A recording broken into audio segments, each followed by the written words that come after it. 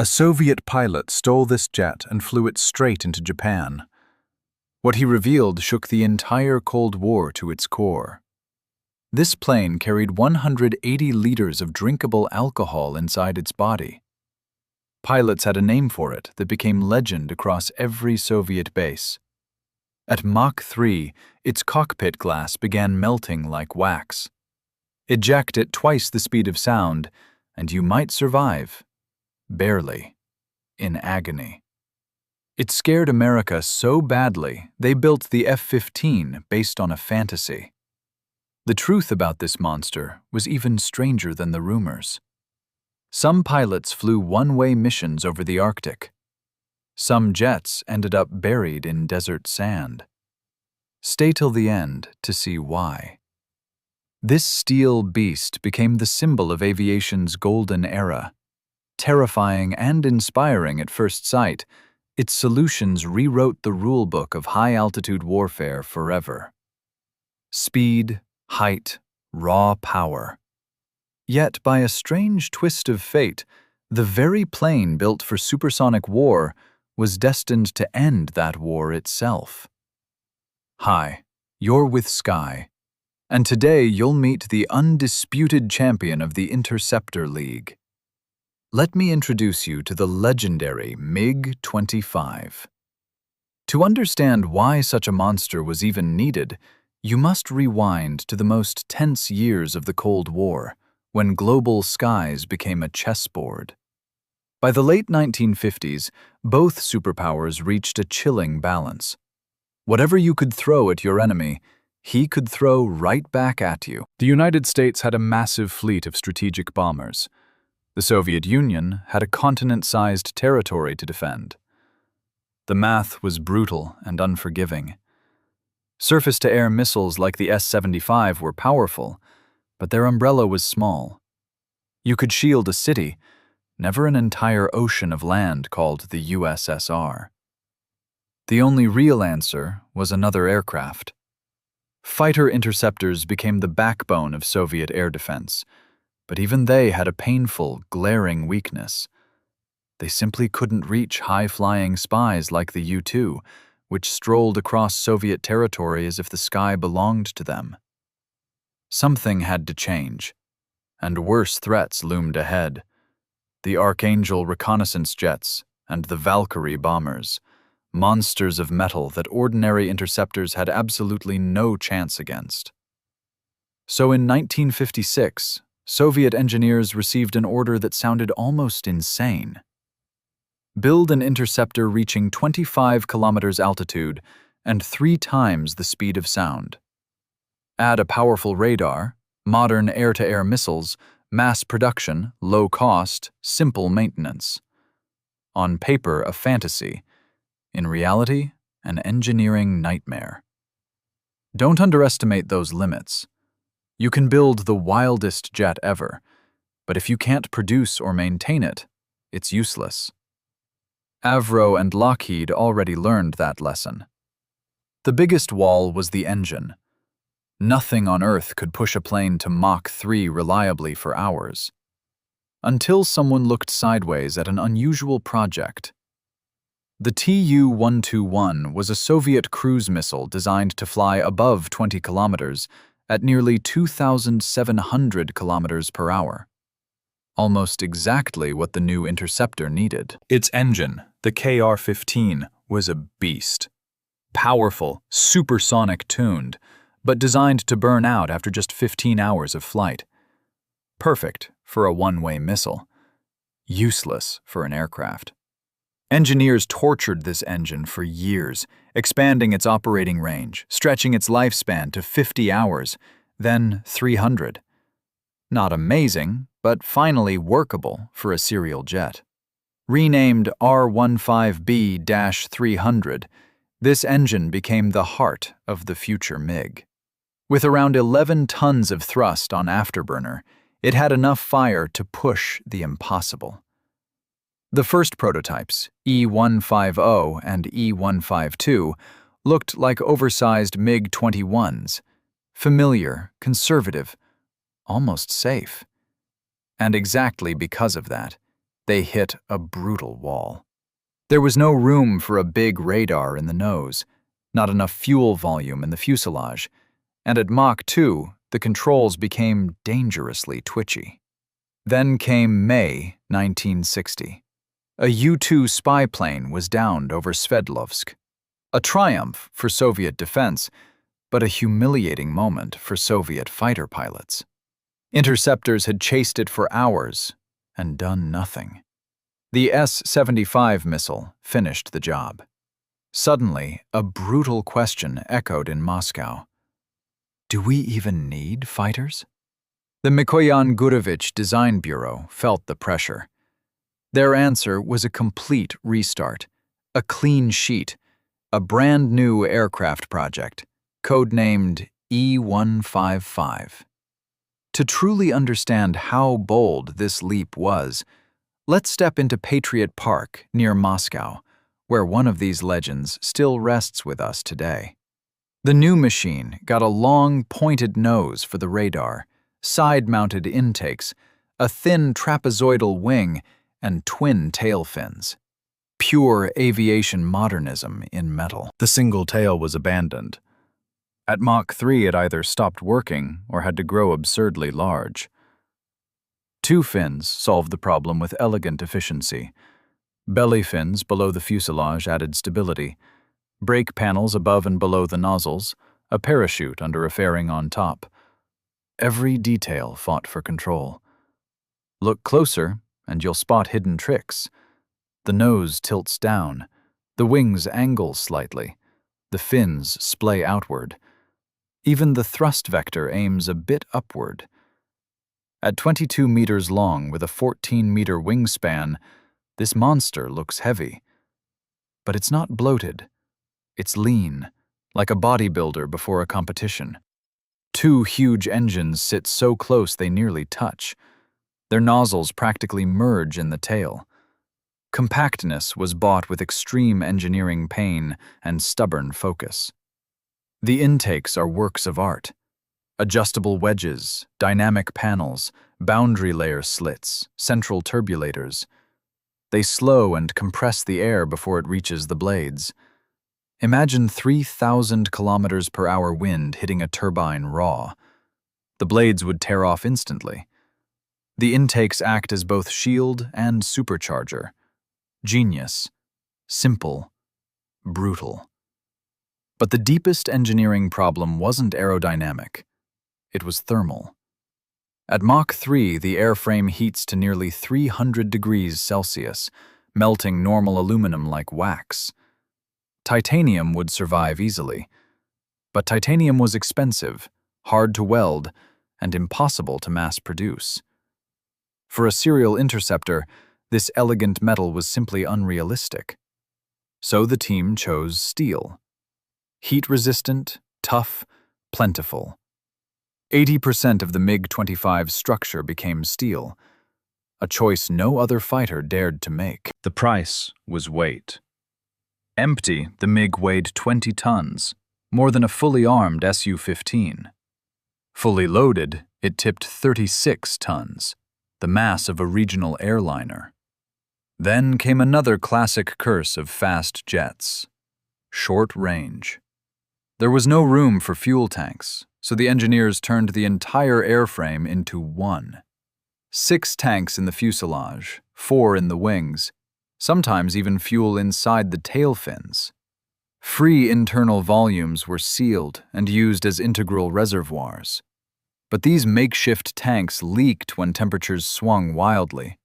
With fuel surrounding hot engines, that meant fire.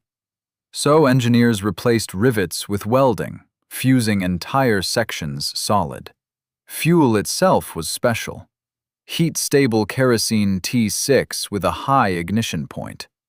As the tanks emptied, inert nitrogen filled the void, refusing to let anything inside ignite. Up to 15 tons of fuel sat baking inside that flying oven, and nothing exploded. A quiet engineering miracle most viewers never even hear about today. The canopy was another battle. Glass had to handle huge pressure and brutal heat. So a new heat-resistant acrylic was invented, 2 centimeters thick at the front. Its built-in cooling kept the cockpit livable up to 230 degrees Celsius. After years of sun, that glass turns cloudy, a charming signature of every old MiG. There was no space for a second crewman, so the pilot flew alone. To handle the load, the MiG became one of the most automated jets of its era. Engine control, system monitoring, even autopilot, everything offloaded from the human. The pilot was a single node inside a vast, linked air defense network. And then there was the legend. Onboard cooling needed liquid, so engineers used a mixture of alcohol and water, drinkable in modest amounts. Around 180 liters per jet. Pilots and ground crews nicknamed it Massandra, after a famous wine. It became folklore across Soviet bases, a small joke baked permanently into a serious machine. The radar inside the nose was the Smerch, originally built for the Tu-128. It could spot a target at 100 kilometers and track it within 50. The main weapon was the R-40 missile, custom-built for this jet. Titanium body, heat-resistant nose, internal cooling. A missile that could survive Mach 3 launches. 2 versions existed, one with infrared homing, one with radar guidance. 6.5 meters long, 450 kilograms each. 4 hung under the wings.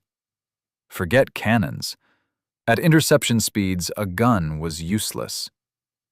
The MiG-25 was a missile platform, a flying fist designed to throw 4 punches and disengage. By 1967, the secret was finally revealed. 4 MiGs flew over Domodedovo airshow, and Western observers nearly choked on their coffee at what they witnessed. NATO gave it the codename Foxbat. Intelligence agencies assumed it was a multi-role 3 Mach superfighter. They were wrong, but their panic was very real. That fear birthed the F-15 Eagle. Ironically, the Eagle was inspired less by the actual MiG and more by Western fantasies about what the MiG might be. Meanwhile, the real MiG was a tricky beast. Test pilots faced surprises, sometimes sweet, sometimes terrifying, sometimes catastrophic. But step by step, the giant was tamed. Records started falling. A 1,000-kilometer run at over Mach 2, then nearly 2,921 kilometers per hour. The world watched, stunned, as the impossible became routine. The reconnaissance version entered service in 1969 as the MiG-25R. The Interceptor followed in 1972 as the MiG-25P. The era of the Foxbat had officially begun. Production landed at the Gorky Aircraft Factory, today known as Sokol. Switching from the tiny MiG-21 to this stainless monster was nearly a revolution by itself. New welding technologies, automated steel section assembly, completely fresh tooling. The MiG-25 was, in places, more like a tank than a flying aircraft. Between 1969 and 1985, around 1,190 MiG-25s rolled out. At peak, almost 90 a year. A serial monster, exactly as the original order had demanded. Training was tricky, so engineers built 2-seat versions like the MiG-25P-U and RU. The radar was removed, a second cockpit shoved into the nose. Inside the cockpit, work was demanding but manageable. Just don't speed past the limits, and never, ever touch the canopy glass at supersonic speeds. At Mach 3, that glass turned into a grill. The flight suit looked more like a cosmonaut's outfit, designed to keep you alive even in extreme situations. Ejections at Mach 2 actually happened. Brutal, painful, traumatic, but survivable. A nightmare you wouldn't ever wish to experience yourself, but possible nonetheless. Takeoff was theatrical. Afterburners blazing, the heavy jet rolled down the runway, lifted gently, and then accelerated like nothing else on Earth at that time. From wheels up to 20 kilometers altitude in roughly 5 minutes. For a heavily loaded interceptor, this was almost shocking. Record-chasing jets did it even faster. Up there, the MiG felt at home. Cruise speed sat at Mach 2.35, around 2,500 kilometers per hour. What others considered top speed was just normal for the Foxbat. Push to Mach 2.65 if you could. Mach 2.83 was the official ceiling, and only for 5 minutes, before the canopy began to soften dangerously. Engines could hold it about 15 minutes, but at the cost of their lifespan. So the MiG didn't fly at 3,000 kilometers per hour. It pounced briefly, then cooled. Practical ceiling sat at 22 to 25 kilometers. Up there, the sky turns dark, the horizon visibly curves, and you can almost see the edge of space. In 1977, a MiG-25 leaped to 37,650 meters.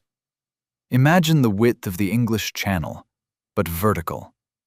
A record that still raises eyebrows today. Range depended on profile. Subsonic flight stretched to 1,700 kilometers.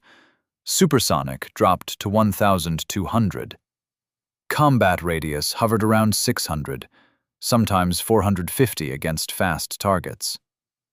Some missions were one-way tickets.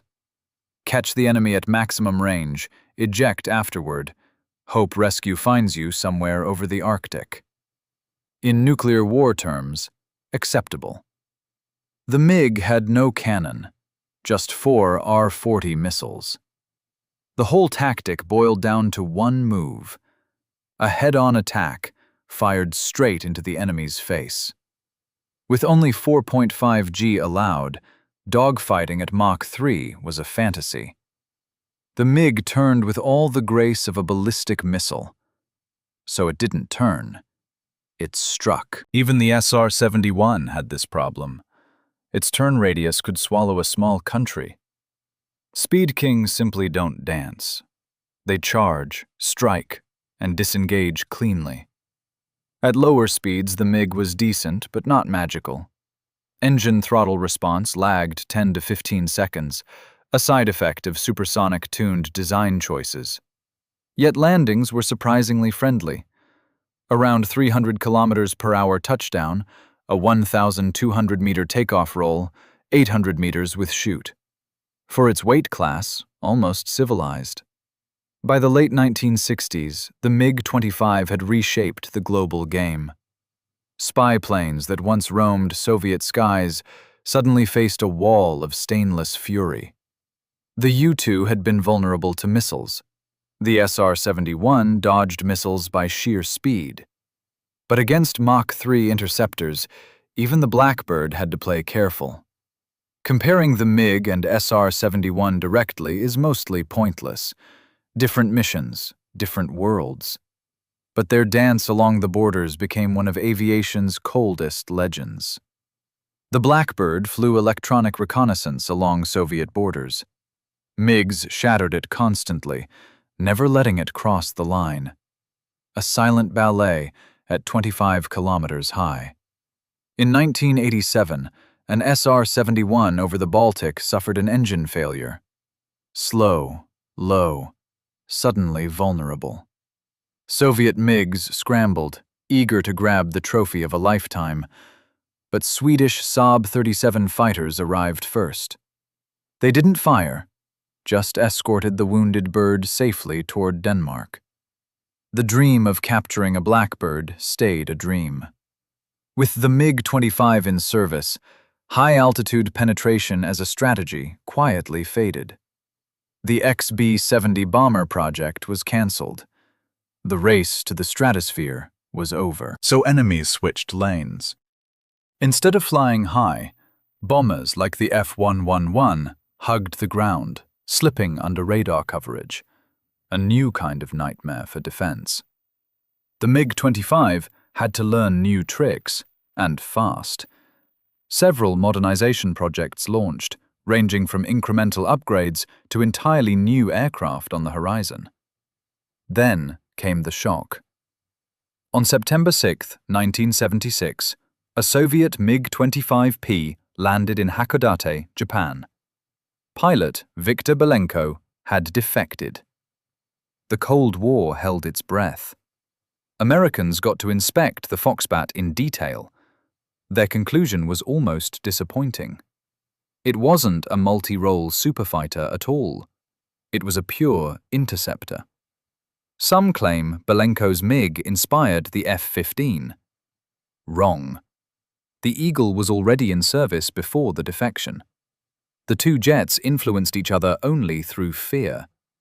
Still, the leak hurt. Soviet radar codes, communication systems, and air defense parameters were exposed. The response was a sweeping electronics overhaul of every MiG-25 in service. The result was the MiG-25 PD. New radar Sapphire 25, range 120 kilometers, multi-target tracking, plus R-60 short-range missiles, 2 per pylon, doubling close combat firepower. Old R-40s were upgraded with better seekers. Low-altitude targets were finally on the menu. The Foxbat had grown brand-new teeth for a brand-new game. But true low-level interception demanded a brand-new aircraft. That answer would arrive as the MiG-31, a deeper, more flexible evolution of everything the Foxbat started. While Soviet skies were patrolled by interceptors, export MiGs were busy elsewhere. The first real combat for the Foxbat came over the deserts of the Middle East. In the early 1970s, Soviet MiG-25Rs flew reconnaissance over the Sinai Peninsula. Israeli F-4s and Mirage 3s tried to catch them. None of them ever did. One MiG, fleeing pursuers, even hit Mach 3.2, nearly 3,400 kilometers per hour. Its data helped shape Egyptian planning for the 1973 Yom Kippur War. Then came the bomber variant, the MiG-25RB. Drop bombs from above 20 kilometers at Mach 2.5. Accuracy was poor, but a nuclear payload solves that problem. Later came the MiG-25BM, with X-58 missiles designed to hunt enemy radar stations. Cousin to the American HARM. Both born around 1980, both still serving today. Foxbats were exported to Algeria, Libya, Iraq, Syria, India, North Korea. Each country wove the jet into its own dramatic story across the following decades of tension. Syrian MiGs faced Israeli F-15 over Lebanon. Libyan MiGs sparred with American F-14s. Indian MiGs once roared straight over Islamabad at full speed, completely untouchable. The fiercest combat came in the Iran-Iraq War. Iraqi MiG-25s ate F-4s and F-5s, but Iranian F-14 Tomcats pushed back hard. Aerial duels turned merciless. Then came Desert Storm. About 30 Iraqi MiGs faced an ocean of fourth-generation fighters. Most were lost not in dogfights, but to bombings on the ground. By 2003, the surviving MiGs were practically frozen relics. Some were even found buried in the desert sand, abandoned, forgotten, half-mythical artifacts of a vanished era. Smaller conflicts saw them too, like Chechnya and Nagorno-Karabakh, though those wars were too small for such a beast. Like racing a superbike through a backyard. But not all MiG-25 stories are about war. One of the brightest peaceful chapters came in the 1980s, during the Soviet space shuttle program Energia Buran. Modified Foxbats tested onboard equipment for the orbital craft. Their high-altitude flight envelope was perfect for replicating re-entry conditions in controlled atmospheric tests. In 1988, during Buran's only orbital flight, a MiG-25 escorted it during the final approach. The shuttle landed perfectly, completely autonomously, no humans aboard. The first flight of Buran was also its last. The program was cancelled. But that escort flight remains one of the most haunting images in aerospace history. So, what's the final verdict on this stainless beast? The 1960s were the golden age of speed, and the MiG-25 became its living, breathing crown jewel. It never met a 3 Mach enemy in combat. It didn't have to. Its mere existence shattered the entire concept of high-speed strategic penetration forever. By erasing that threat, the Foxbat erased its own purpose. The greatest interceptor ever built quietly became the last of its kind, a victim of its own success. Its DNA lived on. The F-15, the MiG-31, the modern logic of integrated air defense, all of them carry traces of that stainless dream from the 1960s. The MiG-25's life was, in its way, complete. Born when needed, purposeful, victorious without firing. It retired with honor, leaving the next generation to rule the skies. Thanks to Patriot Park for letting us meet this steel marvel up close. Hit like, subscribe, and may your skies always be fast and your landings always soft.